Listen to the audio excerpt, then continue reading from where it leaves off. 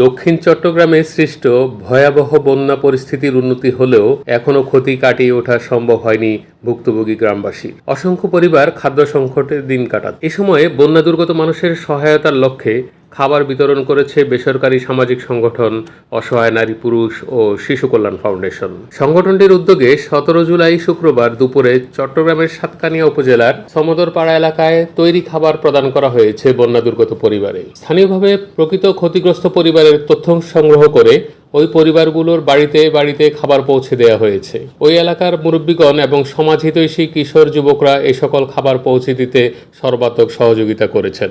শুক্রবার দুপুরে তৈরি খাবার বিতরণকালে উপস্থিত ছিলেন অসহায় নারী পুরুষ ও শিশু কল্যাণ ফাউন্ডেশনের উপদেষ্টা বনফুল অ্যান্ড কোম্পানির জেনারেল ম্যানেজার আমানুল আলম, সংগঠনের উপদেষ্টা সাংবাদিক ইমরানুল ইসলাম মুকুল, কেন্দ্রীয় সভাপতি এইচ.এম. ওসমান গনি চৌধুরী, সিনিয়র সহসভাপতি মঞ্জুর আহমেদ, সাতকানিয়া থানা কমিটির সাধারণ সম্পাদক নাসরিন আক্তার ঝুমা প্রমুখ। তৈরি খাবার প্রদানকে স্থানীয়রা সাধুবাদ জানিয়ে বলেন, বন্যার পানির কারণে অনেকের ঘরে খাবার রান্না করার সুযোগ নষ্ট হয়ে গেছে, তাই রান্না করা খাবার তাদের জন্য বেশ উপকারী ছিল। অসহায় নারী পুরুষ ও শিশু কল্যাণ ফাউন্ডেশন নেতৃবৃন্দ বলেন, সংগঠনের সামর্থ্য অনুযায়ী সাধারণ মানুষের কল্যাণে কাজ করতে তারা সবসময় সচেষ্ট থাকেন।